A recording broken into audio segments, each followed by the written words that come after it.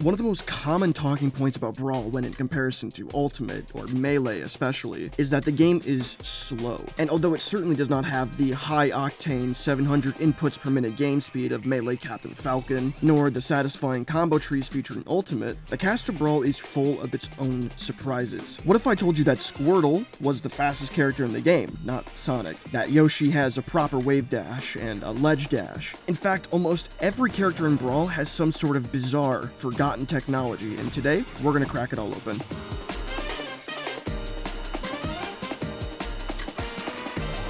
Just as a preface, there is lots of movement tech that most or many different characters can do, such as a glide toss and a dacus. I will not be going over these, as this video's focus is aligned more with what individual characters are exclusively capable of. Now, to keep things organized, I divided the whole bigger pool of tech into smaller pools based on their competitive utility. The 4 tiers are as follows. Practical is tech that is crucial to the character's game plan and is reasonably easy enough to do often, maybe with a bit of practice. Useful is one step below practical. Tech that's, well, useful, but you wouldn't be throwing the match if you decided not to use it. Situational tech is either way too telegraphed to use often, or the difficulty of execution far outweighs the utility. Or perhaps it's just only useful in certain situations. And finally, useless tech is tech that really has next to zero utility in an actual match. Or alternatively, is so overwhelmingly difficult that the risk-reward is non-existent. Without further ado, let's hop into it.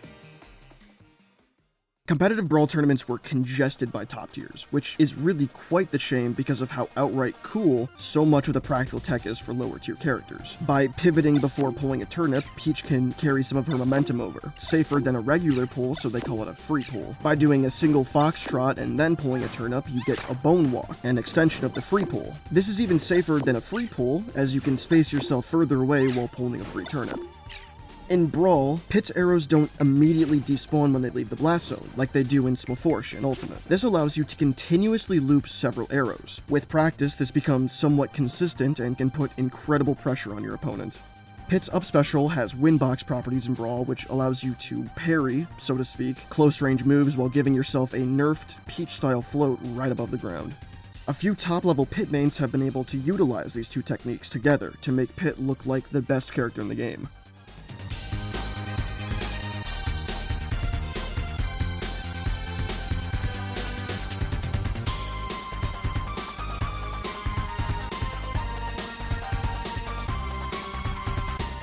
Because many of these Pit mains are Japanese, Pit was significantly higher on the Japanese tier list than he was on the American one.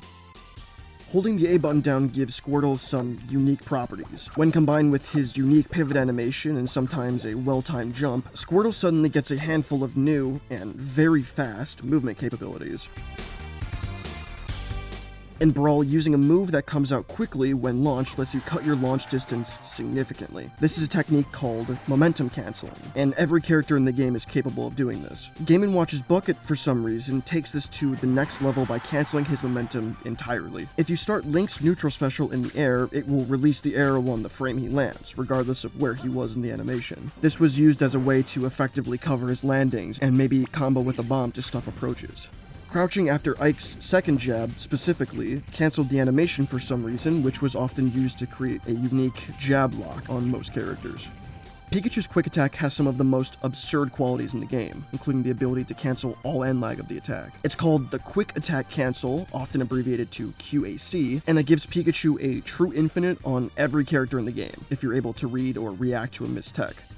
The devs had this brilliant idea to give Diddy Kong 2 bananas for some insane reason, and then gave the bananas tripping mechanic frame data that allowed Diddy Kong, with some setup, to near infinitely banana lock you. And yes, it also works with only one banana.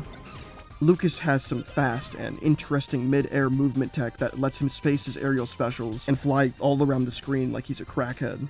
Ice climbers have an infamous chain grab called a handoff, where they physically hand off the grabbed victim to one another. This takes serious practice, as different weight classes have different timings, but several top players have boiled this down essentially to a science. In a combo video from QB, a top Japanese Ices player and arguably the flashiest, he shows just how high the ceiling for skill expression was with his character. This entire combo video is linked below in the description. I watch it at least 3 times a year. The editing is absurd for a decade-old Brawl combo video. It's absolutely worth your time. time. And with that, we've come to the end of the practical advanced tech. Useful is next, and things immediately start to get a little more weird.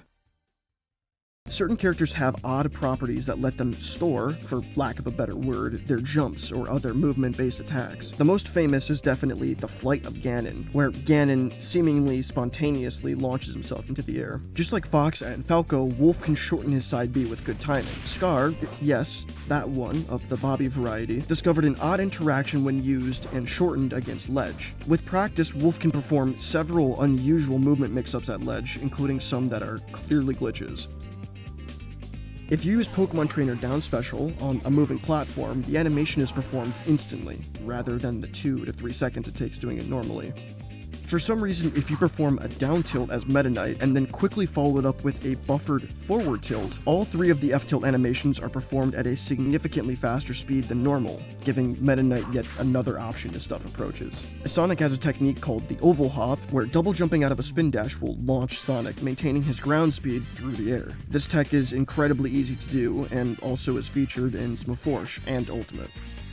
Mario's side special is a cape that allows him to reflect projectiles, turn enemies around, and stall in the air. But running off an edge and using the cape last minute allows Mario to maintain his momentum in the air, catching opponents off guard and giving him more edge guarding options. It's also the perfect tech to end the useful segment on. Situational is up next. Link's Gale Boomerang in Brawl has 2 different states, one before it hits an opponent and then one afterwards. If you bounce it against the wall at a specific angle, however, it skips to the second state, which has no hitbox and simply pushes the opponent further off stage with its win box. An easier, more telegraphed version of the Flight of Ganon can be used by using Wizard Kick at the edge, which makes the game think you're above the stage, which then also coincidentally puts you perfectly into the stored jump state.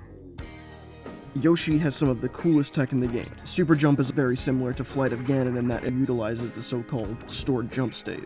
But in addition to Super Jump, he also has probably the hardest consistent tech in the entire game, called Dragonic Reverse. Now, this is going to be a bit complicated, but stick with me on this. See, Yoshi dips before he rises on his double jump. The game prevents him from landing on the stage during this dip. Theoretically, if he performed an aerial during this dip, he'd just land on the ground. But the game has a hard-coded failsafe that prevents aerials from being performed starting on specifically the second frame after he leaves the ground. However, if you buffer a double jump, called an instant double jump, or IDJ for short, and then use an aerial all during his jump squat, or the frames after you press jump and before he leaves the ground, you can buffer an aerial on the very first frame he's in the air. Remember, the game doesn't allow aerials after the second frame, but since this is all buffered to be performed on the very first frame, he bypasses that failsafe. And since he's also within the auto-cancel window for his aerial, all of this becomes a pseudo wave dash. So that's a 6-frame window to jump twice and then input an aerial with a direction for the wave dash. And the 2 jumps can't be done on the same frame, so that's 4 inputs total in 6 frames. The result is wicked cool, but I could only find one video of somebody doing it consistently, and I personally gave up after about 35 minutes and only being able to do it once or twice. Zero Suit Samus, by buffering dash attack, can lock characters in a brief dash attack loop, which only works at very specific percents and always just looks goofy. Turns out Yoshi and Ganon aren't the only ones who can ascend. A similar stored jump state was found on Lucas, who can perform the Flying Child technique and launch himself into the air after a PK fire, thus completing the holy trinity of stored jumps. We've gone over a lot of useful tech today, but obviously there's going to be a lot of very not useful tech as well. Bowser's version of the stored jump state lets him infinitely side special without ever touching the ground. The hitbox is also cancelled immediately after the jump, so there's essentially 0 frames that the attack is actually active. Luigi can do this too with his down special. I guess you could argue that there is a non-zero amount of utility with these two, like maybe they'll get confused and whiff the punish or something. Wario's bike has spaghetti code and freaks out when on a platform. They individually programmed the wheels from the bike, so with some setup you can loop around and around, and because it's a solid object clipping into a semi-solid object, obviously something is going to get launched into the blast zone. Any way you look at it, Wario's bike physics really showcase Brawl's jank well.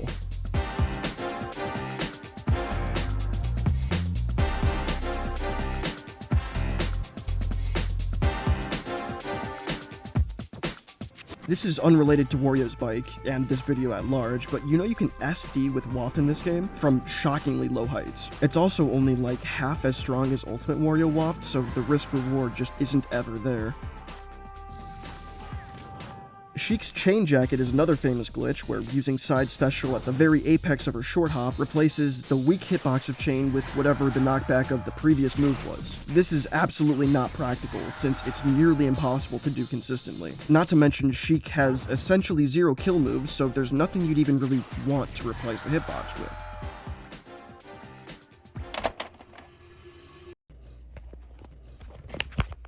What's up everyone, Skunch here. I'm in the middle of editing this video, and I was on Discord talking with some buds about Sheik chain jacket, and one of them reminded me about how the TAS crash percent world record was actually achieved using the chain jacket. It tries to load in a previous move, but obviously if you use it at the start of the match, there is no previous move. Brawl immediately gives up, decides, it's no longer worth it to try. Yeah, I felt like that was important information to share, Alright, see you back out there, cowboy. Finally, the most famous and definitely the most banned technique of all time, infinite dimensional cape. By using down special and then repeatedly and quickly flicking the C-stick upwards, Meta Knight can disappear from the screen indefinitely. This input is surprisingly difficult, but regardless was grounds for an instant penalty if used in tournament. With that, we've gone over all the normal tech, but we're not quite done yet.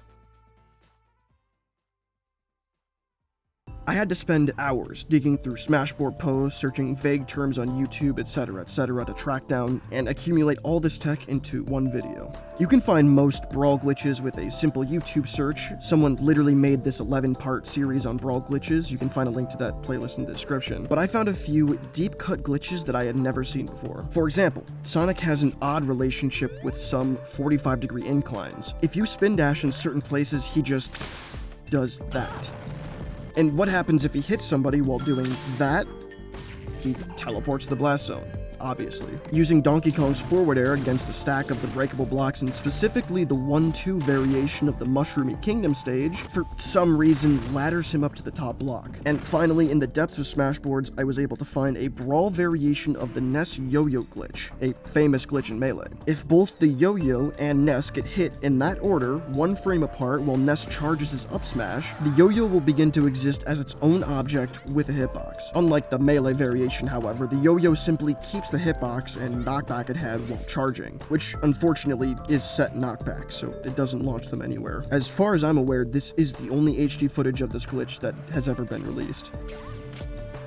Now, this video exists because I realized there wasn't a single location for all this information. Sure, anyone can spend 20 hours digging through ancient relics of the old world to find out all about arrow loops and the flight of Ganon, but you shouldn't have to. If you watched my first video, you're aware that this channel is to show the new blood of the Smash scene that Super Smash Bros. Brawl for the Nintendo Wii wasn't as one-dimensional as people might suggest. This video acts as an archive to showcase the depth of Brawl's mechanics and its skill expression. And although this video is over, I'm not quite done driving my point home. So give this video a thumbs up and subscribe to the channel. I've got a lot more content coming soon. Thanks for watching.